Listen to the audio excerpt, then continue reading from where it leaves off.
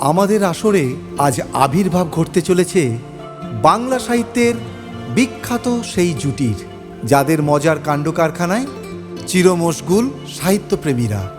আমাদের আসরে আজ আপনারা শুনবেন হর্ষবর্ধন গোবর্ধন সিরিজের প্রথম গপ্প।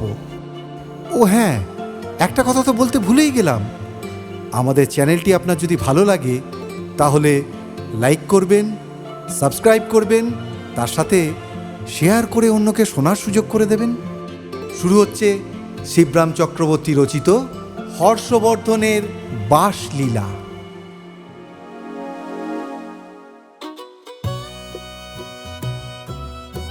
হর্ষবর্ধন আর গোবর্ধন দুই ভাই, কাঠের কারবারে বড় মানুষ। কর্মসূত্রে আসামের জঙ্গলেই চিরটা কাল কাটিয়ে এসেছেন। এবার ওদের শখ হলো কলকাতা শহরটা দেখবার। টাকা তো কামানো কম হয়নি, এবার কিছু কমানো দরকার। তাছাড়া তাঁরা কিছু ফেরারি আসামি নন যে সারাটা জন্ম ওই আসামেই কাটাতে হবে। কলকাতা শহরটা চোখে না দেখলেও কানে যে শোনেননি তা নয়, অনেক কিছুই শুনেছেন, অনেক দিন থেকে এবং অনেক দিক থেকে। মোটর গাড়ির কথা শুনেছেন, বড় বড় বাড়ির কথা শুনেছেন, বায়োস্কোপের কথা শুনেছেন, এমনকি ছবিতে আজকাল কথা কয়েছে এমন কথাও ওদের কানে এসেছে। কিন্তু সবচেয়ে দুঃখের কথা এই যে কলকাতার লোকেরা নাকি তেমন মিশুকে নয়। পাশের বাড়ির খবর রাখেন না, পাড়ার লোককে চিনতে পারে না। রাস্তায় বেরুলে খালি মানুষ আর মানুষ, কিন্তু আশ্চর্য এই কেউ কারোর সঙ্গে কথা কয় না। উপরন্তু গায়ে পড়ে ভাব জমাতে গেলে বিরক্ত হয়।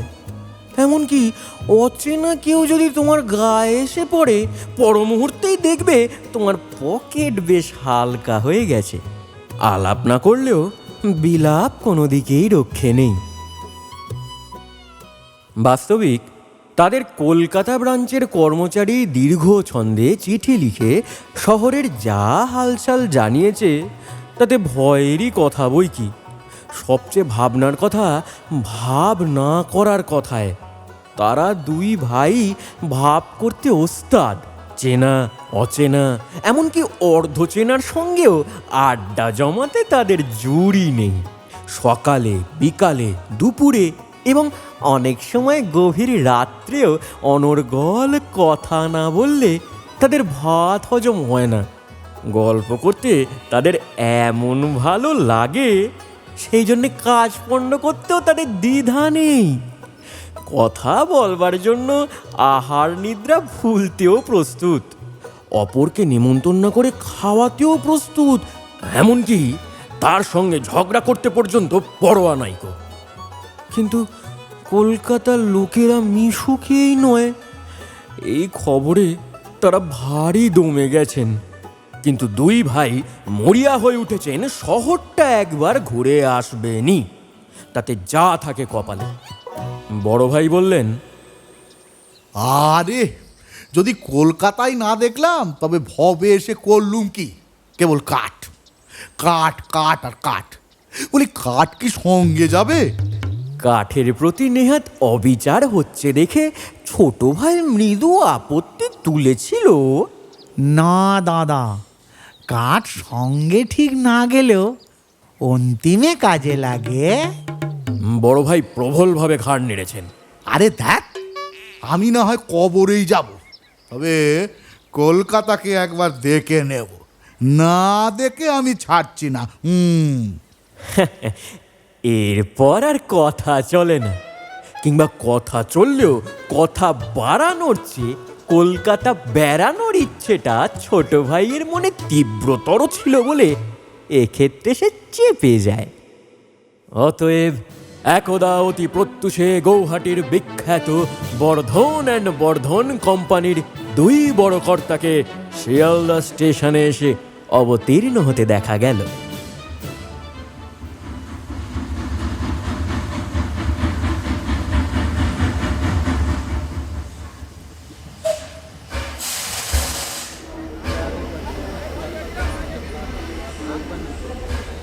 গোটা প্ল্যাটফর্মটা এধার থেকে ওধার দুবার টহল দিলেন, কিন্তু না, কর্মচারীটার দেখা নেই।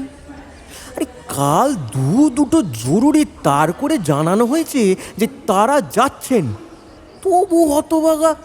গোবর্ধন বলল, এমনও তো হতে পারে যে সারা রাত জেগে বেচারাকে হিসেব মেলাতে হয়েছে, আর ভোরবেলার দিকটা তাই একটু ঘুমিয়ে পড়েছে। আমরা যে নিতান্তই এসে পড়ব এজন্য হয়তো সে একেবারেই প্রস্তুত ছিল না। বড় ভাই বললেন।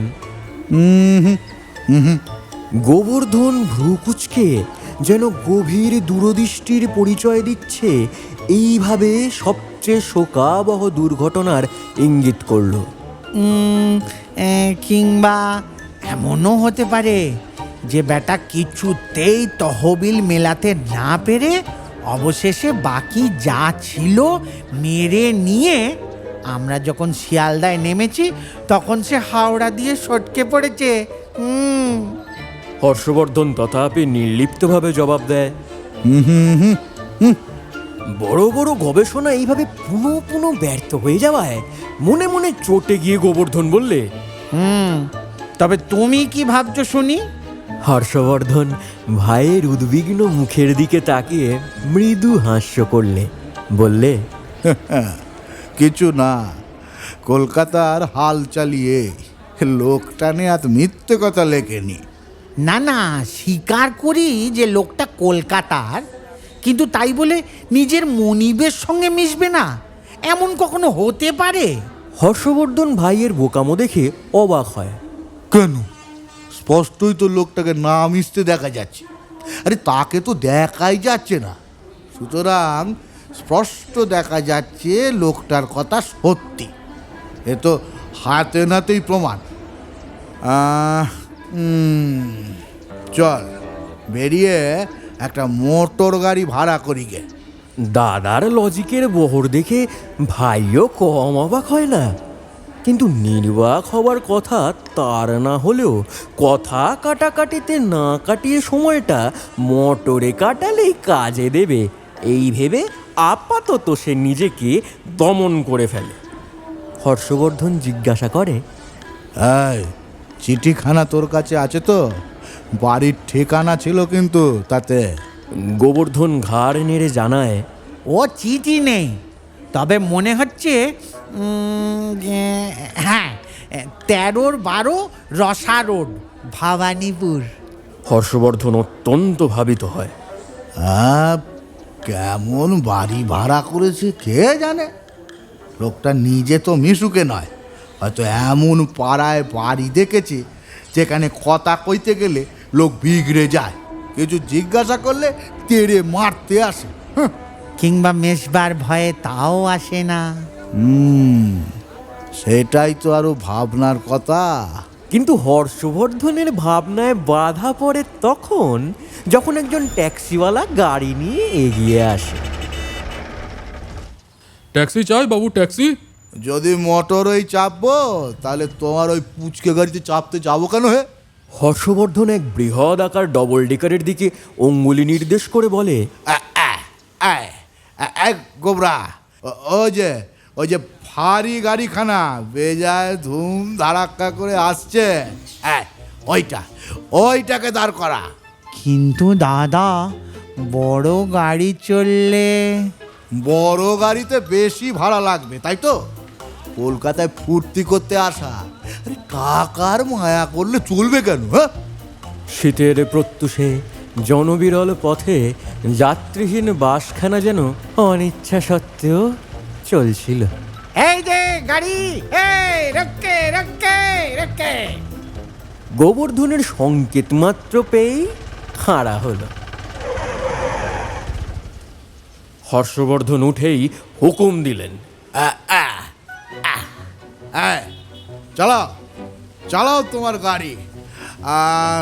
ওই ওই ওই কি জানো, হ্যাঁ, 13-12 রসা রোড কোথায় জানা আছে তো? কন্ডাক্টর জবাব দেয়, হ্যাঁ, আমাদের 3 নম্বর বাস ওইদিকেই তো যায়।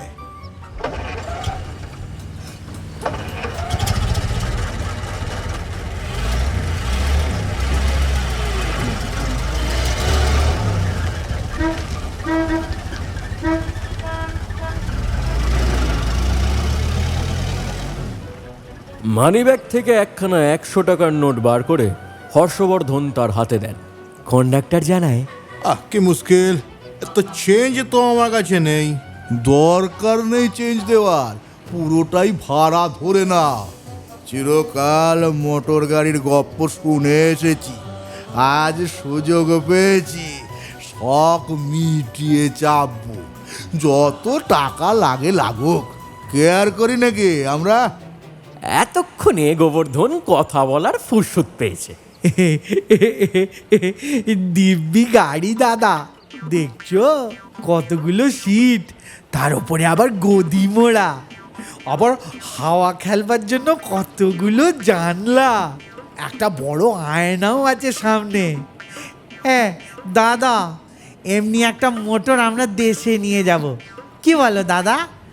মোটর গাড়ি আর মোটর বাড়ি একসঙ্গে। হ্যাঁ আলবাত দেশে নিয়ে যেতে হবে বই কি। যদি চেনা লোকের চোখেই না পড়লাম, তবে মোটর চেপে লাভ কি হলো? এখন যে কদিন কলকাতায় আছি, এই গাড়িখানা চাপা যাবে, কি বলো দাদা? নিশ্চয় নিশ্চয়, সে কথা বলতে। হ্যাঁ কন্ডাক্টর, 7 দিনের জন্য এই গাড়িটাকে ভাড়া করে নিচ্ছি আমরা এক্ষুনি। হঠাৎ বাস দাঁড়ালো এবং একটি তরুণী ভদ্রমহিলা উঠলেন। হর্ষবর্ধন একবার তাকিয়ে দেখলে, তারপর ফিস ফিস করে গোবর্ধনকে বললে, হ্যাঁ গোবরা, আহা উঠছে উঠুক, কিছু বলিস নে। মেয়েটা যদি খানিকটা মোটরের হাওয়া খেতে চায়, খাক না, ক্ষতি কি? আরে জায়গা তো যথেষ্টই আছে। তরুণীটি একটি সিকি বার করে কন্ডাক্টরের হাতে দিতে গেল। হর্ষবর্ধন বাধা দিয়ে বললে, আহা, পয়সা কিসের? খিদিরপুরের ভাড়া। না না, আপনার শিখি আপনি নিজের কাছে রেখে দিন, ওটিতে আমরা হাত দিচ্ছি না। আপনি আমাদের গাড়িতে উঠেছেন, আমাদের সৌভাগ্য, সেই জন্য পয়সা নিতে আমরা অক্ষম। এই বলে হর্ষবর্ধন গম্ভীরভাবে গোফে একবার চারা দিয়ে নিলে। মেয়েটির বিস্ময় কমতে না কমতেই আবার বাস দাঁড়ালো এবং একজন বৃদ্ধ ব্যক্তি উঠলেন।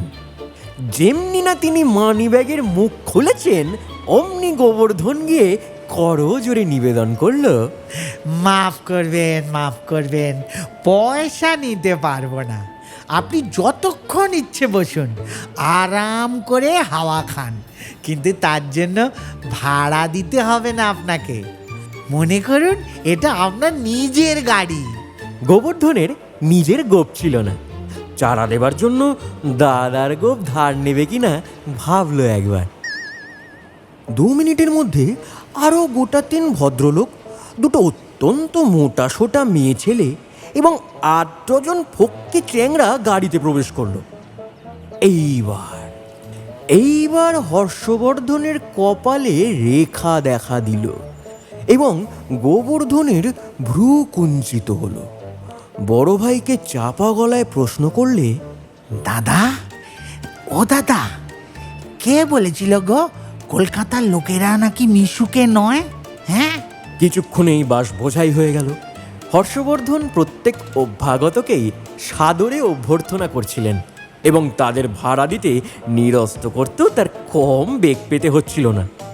লোকগুলোর অপব্যয় প্রবৃত্তি দেখে গোবর্ধন আর বিস্ময় দমন করতে না পেরে দাদাকে নিজের অভিমত জানালো। তবে কলকাতার লোকগুলো ভারী খরচে কিন্তু দাদা।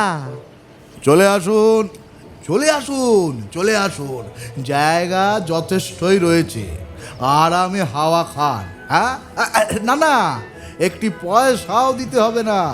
আমাদের সৌভাগ্য যে আপনারা অনুগ্রহ করে আমাদের গাড়িতে এসেছেন। হর্ষবর্ধন আর থামবার ফুরসত পায় না, আরও প্যাসেঞ্জার উঠতে থাকে। বাসের দুধারের সিট ভর্তি হয়ে গেল, এমনকি মাঝামাঝি 2 থাক লোক গাদাগাদি করে দাঁড়িয়ে গেল। দরজা এমনকি ফুটবোর্ড পর্যন্ত ভর্তি হবার দাখিল। অবশেষে একজন চীনা ম্যান ভিড় ঠেলে ঢুকে পড়তেই গোবর্ধন সবিস্ময়ে চেঁচিয়ে উঠল, দাদা দাদা ও দাদা, ও দাদা দেখো দেখো দেখো একটা চীনা ম্যান। দাদা অদৃষ্টপূর্ব এবং ইতিহাস বিশ্রুত হুয়েন সাং ফা হিয়েনের বংশধরটিকে পুঙ্খানুপুঙ্খ পর্যবেক্ষণ করে গুরু গম্ভীরভাবে মাথা নাড়লেন। ওদের দাড়ি হয় না বটে। গোবর্ধন যোগ করে, হ্যাঁ দাদা, কামাবার হাঙ্গামা নেই, ওরাই এ জগতে সুখী। এমন সময় কন্ডাক্টর জানালে যে রসা রোড এসে পড়েছে। দুই ভাই ব্যস্ত হয়ে ঠেলে ঠুলে কোনো রকমে নেমে পড়লেন। নাম্বার আগে ঘোষণা করলেন, কন্ডাক্টর, যতক্ষণ এরা চাপতে চায় চাপুন, যেখানে এরা যেতে চায় যান, নিয়ে যেও এদের। আর যা টাকা পয়সা লাগে আমাদের ঠিকানায় এসে নিয়ে যেও। আরে ওই তো 13-12 রসা রোড, বুঝলে? আর হ্যাঁ, আপনারা বন্ধুগণ বিদায়, আরামে ঘুরুন সারাদিন, যত খুশি, যতক্ষণ খুশি। হ্যাঁ, না না, একটি পয়সাও লাগবে না।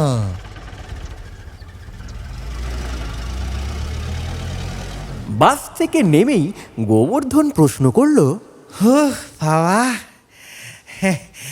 কলকাতার হালচাল কিরকম বুঝলে দাদা?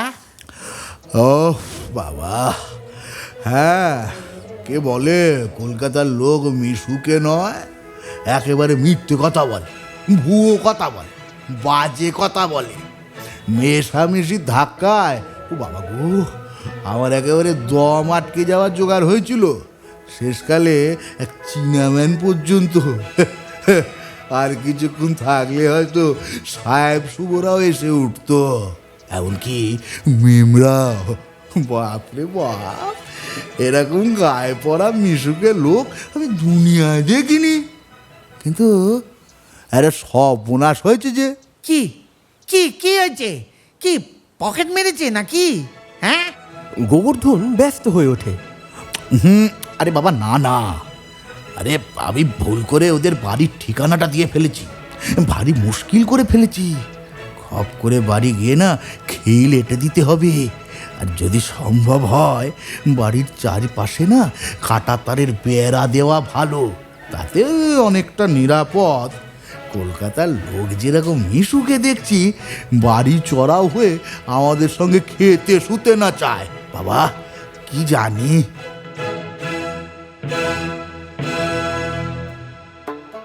শুনলেন আজকের গপ্প হর্ষবর্ধনের বাসলীলা। রচনা শিবরাম চক্রবর্তী, গল্প পাঠে শুভম মুখার্জি। হর্ষবর্ধনের চরিত্রে সুনয়ন মুখার্জি, গোবর্ধনের চরিত্রে ডক্টর মনসিদ জানা, কন্ডাক্টরের চরিত্রে দেবজিৎ জানা, ট্যাক্সি ড্রাইভার শুভজিৎ জানা ও মহিলা যাত্রী সুপ্রীতি সিং। স্ক্রিপ্ট করেছেন এবং সোশ্যাল মিডিয়া সামলেছেন সৃজন সাহা। পোস্টার ডিজাইন স্বস্তিক, শুভজিৎ এবং তনুশ্রী। সমগ্র অডিও ডিপার্টমেন্ট সামলেছেন দেবজিৎ জানা। গল্পটির পরিকল্পনা, তত্ত্বাবধান এবং পরিচালনায় টিম আসরে গপ্প। আমাদের আসর আবার জমবে পরের শুক্রবার ঠিক রাত্রি 9:30। শুনতে ভুলবেন না কিন্তু।